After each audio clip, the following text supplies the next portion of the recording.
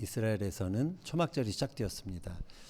하나님은 이스라엘 백성들에게 해마다 이 초막절에 일주일 동안 초막을 짓고 살라라고 그렇게 명령하셨습니다. 그래서 유대인들이 오늘날까지 이 명령을 지키고 있는 것을 우리는 보게 됩니다. 이스라엘 백성들은 애굽에서 나온 뒤에 일주일이 아니라 40년 동안 광야에서 초막을 짓고 이동하는 삶을 살았습니다. 그들이 통과해야 했던 광야는 쉬운 곳이 아니었죠. 힘든 곳이었습니다. 하나님께서 보호하시지 않았다면 하루라도 버틸 수 없는 곳, 그곳이 광야입니다. 이 광야에서 이스라엘 백성들은 그들의 미래가 어떻게 펼쳐질지 알지 못했습니다. 자고 일어나서 또 마주하는 현실은 메마른 광야뿐이었죠. 그들은 지속되는 불안정의 시간을 견뎌야 했습니다. 그런데 유대인들은 이 고통스러운 광야를 기억하는 이 초막절을 즈만 심카테누라고 부르고 있습니다. 우리 기쁨의 절기라는 뜻입니다. 어떻게 그 고통스러웠던 광야의 시간이 우리 기쁨의 시간이다라고 기억을 할까요? 그것은 그들이 초막절을 통해서 진정한 기쁨에 다다를 수 있다라고 그들은 믿었기 때문입니다. 즉 그들은 초막절이 어렵고 힘든 상황과 상관없이 다시 기쁨을 회복하는 시간이다라고 믿었던 것입니다. 이들이 어떻게 해서 그러한 기쁨을 회복할 수 있었을까요? 오늘은 초막절의 의미를 우리가 함께 생각해 보면서 우리의 삶에서도 기쁨을 다시 회복하는 그러한 지혜를 얻는 시간이 되기를 바랍니다. 초막이 상징하는 것이 있습니다. 그것은 불확실성과 함께 살아가는 것입니다. 예측 불가능한 현실과 함께 지내는 것입니다. 내일 무슨 일이 벌어질지 몰라도 그냥 초막 하나 치고서 구름이 이동하면 그것을 따라 이동하는 것이죠. 유대인들만큼 세대를 거쳐서 위기와 불확실성을 많이 경험한 민족이 없습니다. 집을 잃고 나라를 잃고 거친 광야로 내몰려본 그런 경험을 이처럼 많이 해본 민족이 없죠.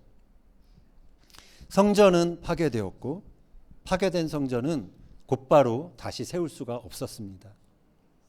그러나 초막은 파괴되어도 내일 다시 세울 수 있는 것입니다. 그래서 여기서 초막이 주는 위안이 있습니다. 초막 속에 고된 몸을 누이며 초막 지붕 사이로 하늘을 바라보며 땅의 거친 현실이 아니라 다시 하늘의 하나님을 주목하게 되는 것이죠. 유대인들이 수카라고 그러죠. 수카. 초막을 만들 때 가장 염두에 두는 것이 있습니다. 그것이 바로 지붕을 어떻게 만드느냐입니다. 원칙이 있습니다. 지붕을 만들 때 그 사이로 밤하늘의 별들을 볼 수 있을 정도로 충분히 지붕이 열려 있어야 합니다. 그러나 낮 동안에는 햇빛이 너무 많이 비치면 안 돼요. 햇빛보다 그늘이 그러니까 그늘보다 햇빛이 더 많으면 안 된다라는 것입니다. 그래서 그늘보다도 햇빛이 더 많이 들어오는 수카는 부적절한 것이다라고 그들은 여깁니다. 랍비 야곱 아쉘 싱클레어라는 분이 수카의 본질은 그늘이다, 그림자다라고 그렇게 말을 합니다. 그림자는 실제로 존재하는 것이 아니죠. 그러나 그림자가 거기 있으려면은 뭔가가 존재해야 합니다. 그래서 우리는 무언가의 그 실체를 볼 수는 없지만 그림자 때문에 그 실체가 어딘가에 있구나라는 것을 우리는 알게 됩니다. 그래서 유대인들은 자신들이 초막에 앉아 있는 것은 믿음의 그늘, 믿음의 그림자 그 아래에 앉아 있는 것이다라고 그렇게 이야기합니다. 수카에 앉아 있을 때 하나님의 실체는 볼 수는 없지만 하나님이 우리와 함께 계시는구나. 그러한 사실을 믿음으로 바라볼 수 있다라는 것입니다. 그래서 그 야곱 아시엘 싱크라는 랍비가 이렇게 말합니다. 영어로 읽으실 분은 읽으시죠. 제가 그냥 한글로 읽겠습니다. 우리가 아무리 튼튼한 집을 짓더라도 그것은 모든 것으로부터 우리를 보호할 수 없습니다. 그러나 초막에 앉은 사람 위에 드리워진 믿음의 그림자는 두께 3m의 콘크리트 지붕보다 더 강합니다. 믿음의 그늘에 사는 나라는 존재가 지금 여기 넘어 인간이 태양빛 속에서 오감으로 감지할 수 있는 것 너머로 확장된다고 선포합니다. 믿음의 그림자 속에 사는 나라는 믿음의 그림자인 수카의 그늘에서 그 믿음을 끌어냅니다. 결국 광야에서 그들이 지었던 수카는 그 그늘 밑에서 보이지 않는 하나님에 대한 믿음으로 그들을 이끌었던 것입니다. 초라한 초막이 그들이 하나님을 바라볼 수 있고 하나님을 향한 믿음의 그늘이 되었다라는 것은 놀라운 간증이 아닐 수 없습니다. 자, 그런데 유대인들이 놓치고 있는 초막에 또 다른 본질이 있습니다. 그것은 초막이 미래에 장차 나타날 거처를 생각하게 하는 하나의 모형이라는 것이죠. 초막은 임시로 거주하기 위해서 짓는 것입니다. 한 자리에 눌러 살기 위해서 짓는 것이 아닙니다. 이 초막에서 우리는 이 세상이 본질적으로 나그네 길임을 알게 됩니다.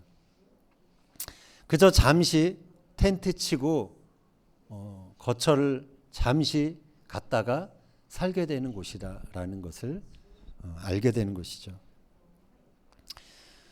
히브리서 기자는 믿음의 조상들이 다 이 땅에서 나그네였다, 본향을 찾는 자였다라고 그렇게 기록합니다. 히브리서 11장 16절 같이 한번 읽겠습니다. 그들이 이제는 더 나은 본향을 사모하니 곧 하늘에 있는 것이라. 이러므로 하나님이 그들의 하나님이라 일컬음 받으심을 부끄러워하지 아니하시고 그들을 위하여 한 성을 예비하셨느니라. 아멘. 이 사실 때문에 믿음의 사람들의 시선은 이 땅에만 있지 않습니다. 물론 바른 땅에 디디고 살았지만 믿음의 사람들의 시선은 하늘에 있는 영원한 본향을 향하고 있는 것이었죠. 우리 역시 우리가 살아가는 초막에서 우리가 돌아갈 그 영원한 본향집이 있음을 믿음의 눈으로 바라볼 수 있는 것입니다. 그래서 우리가 거처하게 되는 그 작고 허름한 초막은 믿음의 사람들에게는 영원으로 이어지는 그러한 공간이라 할 수 있습니다. 오늘날 유대인들이 매해 초막절을 지키면서 초막 안에 거하고 있지만 그들의 시선은 미래를 향하고 있지 않습니다. 장차 우리가 들어갈 영원한 장막에까지 이어지고 있지 않습니다. 초막은 과거에 고생하며 그곳을 그냥 지나갔던 그러한 곳으로만 기억해서는 안 됩니다. 미래에 우리가 영원히 거할 장막으로 그렇게 우리는 연결해야 하는 것입니다. 바울이 이렇게 고백하고 있습니다. 고린도후서 5장 1절 읽겠습니다. 만일 땅에 있는 우리의 장막집이 무너지면 하나님께서 지으신 집, 곧 손으로 지은 것이 아니요 하늘에 있는 영원한 집이 우리에게 있는 줄 아느니라. 아멘. 여기서 우리의 장막집은 우리가 이 땅에서 살고 있는 삶의 터전입니다. 우리가 죽으면 벗고 가게 되는 우리의 육신을 말하기도 합니다. 바울은 이 장막집을 헬라어로 스케노스라고 표현합니다. 스케노스는 임시 거주지라는 뜻입니다. 우리 육신은 죽으면 벗어놓고 가야 하는 그러한 임시 거주지인 것이죠. 바울은 이 땅에서의 삶이 잠시 머물다 가는 임시 거주지임을 알았습니다. 그러나 그는 이 임시 거주지가 무너지더라도 하나님이 지으신 영원한 집이 믿는 모든 자들에게 있다라는 것을 알았습니다. 이것이 초막 속에서도 영원을 바라보는 자의 믿음인 것이죠. 이 믿음이 있을 때 우리는 이 육신의 장막을 입고 살아가지만 그 영원한 집이 있음을 바라보며 기뻐할 수 있는 것입니다.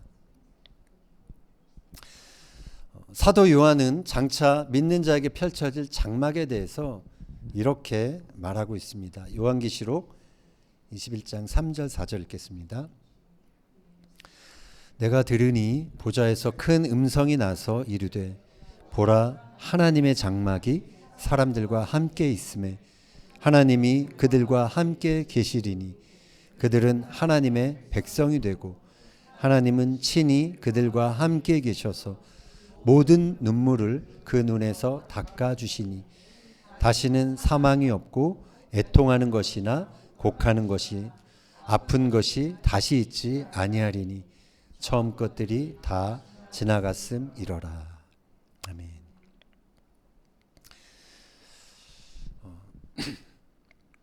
하나님의 장막이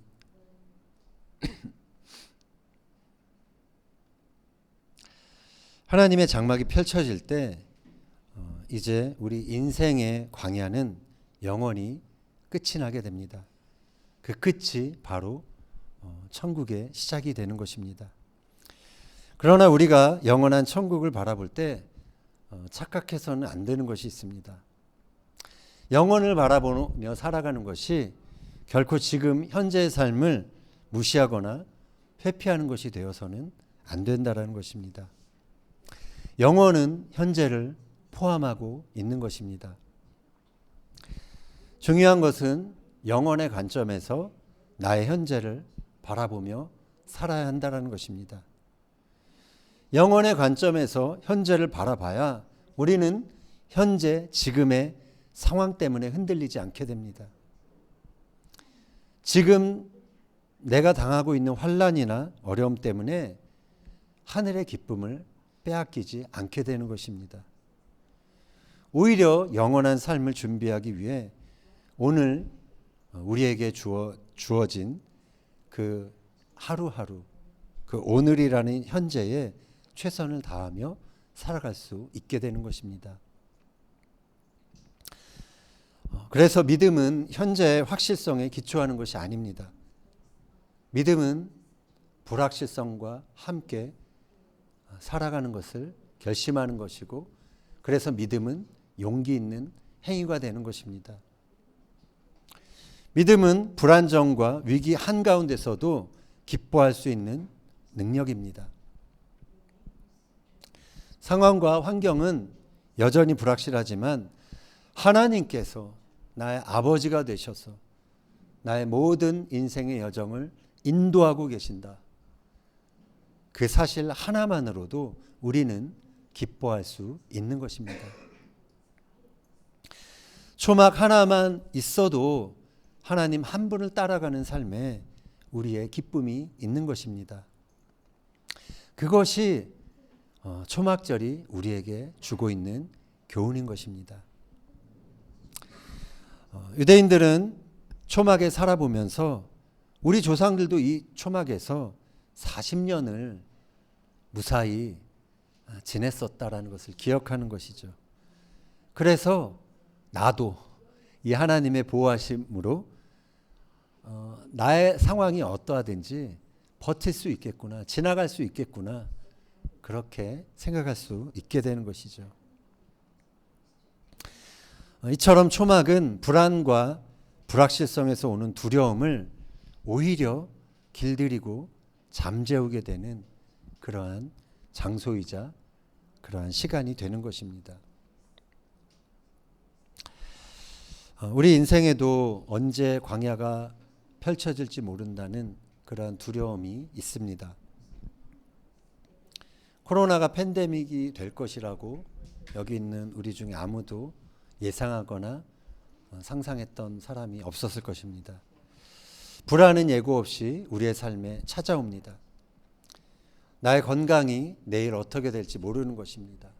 나의 경제적인 상황이 내일 어떻게 될지 또 모르는 것이죠. 이러한 두려움이 언뜻 찾아올 때 이 초막절의 이야기는 우리에게 위안을 주는 것입니다. 상황이 불확실해도 살 수 있겠구나라는 생각을 던져주는 것입니다. 비록 우리 삶에 광야가 펼쳐진다 해도 결국은 하나님이 나를 보호하시고 하나님이 원하시는 그 지점까지 나를 이끄신다라는 믿음을 갖게 하는 것입니다. 이처럼 초막 속에서 내일의 불확실함과 함께 사는 것이 오늘 내가 누릴 수 있는 기쁨을 지켜내는 비결인 것입니다. 랍비 조나단 sak스가 이런 말을 했습니다. 초막절은 불안정의 축제입니다. 그것은 그들이 더 크고 강한 국가들에 둘러싸여 있으며 다른 사람들과 다르게 되는 용기 때문에 공격당하기에 그들이 결코 안전하지 않을 것이라는 것을 아는 사람들의 축제입니다. 믿음의 그늘 아래에서 초막에 앉아 있는 것은 우리에게 필요한 안전의 전부입니다. 이처럼 초막절은 내가 안전하기 때문에, 풍요하기 때문에, 부유하기 때문에 기뻐하는 절기가 아닌 것이죠. 불안정한 환경 속에서도 믿음의 그늘에 앉아 그래도 하나님 때문에, 그 한 분 때문에 기뻐하기로 결심하는 그러한 절기인 것입니다. 유대인들이 초막 속에서 기억하는 것은 그들을 힘들게 했던 환경이 아닙니다. 많은 어려움과 장애에도 불구하고 하나님께서 그들을 인도하셨고 그리고 지금도 인도하고 계심을 믿는 것입니다. 그들은 초막에서 불확실성과 함께 사는 법을 배웠습니다. 그리고 하나님과 동행하는 기쁨을 누렸습니다. 이스라엘 백성들은 초막 안에 있다가도 구름 기둥이 이동하면 그리고 불 기둥이 이동하면 초막을 걷어 이동하는 그러한 순종의 삶을 살았습니다. 그래서 그들이 그 광야에서도 만질 수 있었던 것은 하나님의 영광이었고 하나님의 임재였고 하나님의 보호하심이었습니다. 하나님께서는 온 이스라엘 백성들이 출애굽 이후 그 광야에서 경험했던 그 영광과 임재를 이 땅에 사는 우리들이 동일하게 누리기를 원하고 계십니다. 하나님께서는 그분의 영광과 임재가 오늘 이 육신의 장막 속에 사는 우리들에게도 일상의 체험이 되기를 원하고 계십니다. 이 땅에서 우리는 나그네처럼 살아가게 됩니다. 그러나 하나님께서는 우리의 삶이 하나님이 준비하시고 예비하신 그 영원에 이어지기를 그렇게 바라고 계십니다. 그것을 가능하게 하는 것이 뭘까요? 이번 주에 광야에 나가서 좀 답사 겸 아내랑 같이 광야에 나갔었습니다. 거기 또 광야를 바라보면서 예배하고 찬양하는데, 찬양하고 나서 그 아내가 그러더라고요. 하나님의 장막이 우리의 삶 속에 오게 하는 것은 예배다라는 마음이 들었다. 정말 그렇습니다. 우리 정말 짧고 나그네와 같은 우리 삶 속에 하나님의 영원히 그 하나님의 그 영원하신 장막이 펼쳐질 수 있는 것은 예배를 통해서 가능합니다. 우리는 예배를 통해 믿음의 그늘 아래 앉게 됩니다.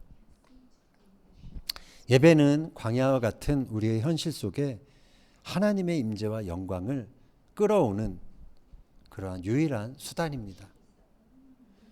다윗은 그래서 이렇게 고백했습니다. 시편 27편 5절 6절 읽겠습니다. 여호와께서 환난 날에 나를 그의 초막 속에 비밀히 지키시고 그의 장막 은밀한 곳에 나를 숨기시며 높은 바위 위에 두시리로다. 이제 내 머리가 나를 둘러싼 내 원수 위에 들리리니 내가 그의 장막에서 즐거운 제사를 드리겠고 노래하며 여호와를 찬송하리로다. 아멘. 다윗은 많은 환난을 겪었습니다. 그러나 그 환난 중에서도 자신을 초막 속에서 비밀히 지키시고 보호하시는 하나님을 경험하게 되죠. 그래서 그는 사실 이 다짐을 먼저 고백하고 있죠. 4절도 한번 읽겠습니다. 내가 여호와께 바라는 한 가지 일 그것을 구하리니 곧 내가 내 평생에 여호와의 집에 살면서 여호와의 아름다움을 바라보며 그의 성전에서 사모하는 그것이라. 아멘. 다윗이 왕이 되었어도 한 가지 그가 구했던 변함없는 그 한 가지 일이 있었습니다. 그것은 주의 장막에서 여호와의 아름다움을 바라보는 것이고 그분의 임재를 구하는 삶이었습니다. 그가 구했던 한 가지는 바로 예배였습니다. 예배. 이처럼 예배는 전능하신 하나님을 바라보며 전능자의 그늘에 앉게 되는 시간입니다. 믿음의 그늘에 앉아서 하나님의 영원한 보호와 통치를 기뻐할 수 있는 사람은 자신에게 다가온 환난을 두려워하지 않게 됩니다. 자신이 지금 있는 곳이 광야일지라도 그곳에서 노래할 수 있는 것입니다. 그래서 여러분이 드리는 이 예배가 하나님을 향한 절대 믿음을 회복하는 전능자의 그늘이 되기를 바랍니다. 그래서 불안한 이 세상 속에서도 기쁨으로 매일매일 하나님을 예배하고 찬송할 수 있는 저와 여러분이 되기를 예수님의 이름으로 축원합니다.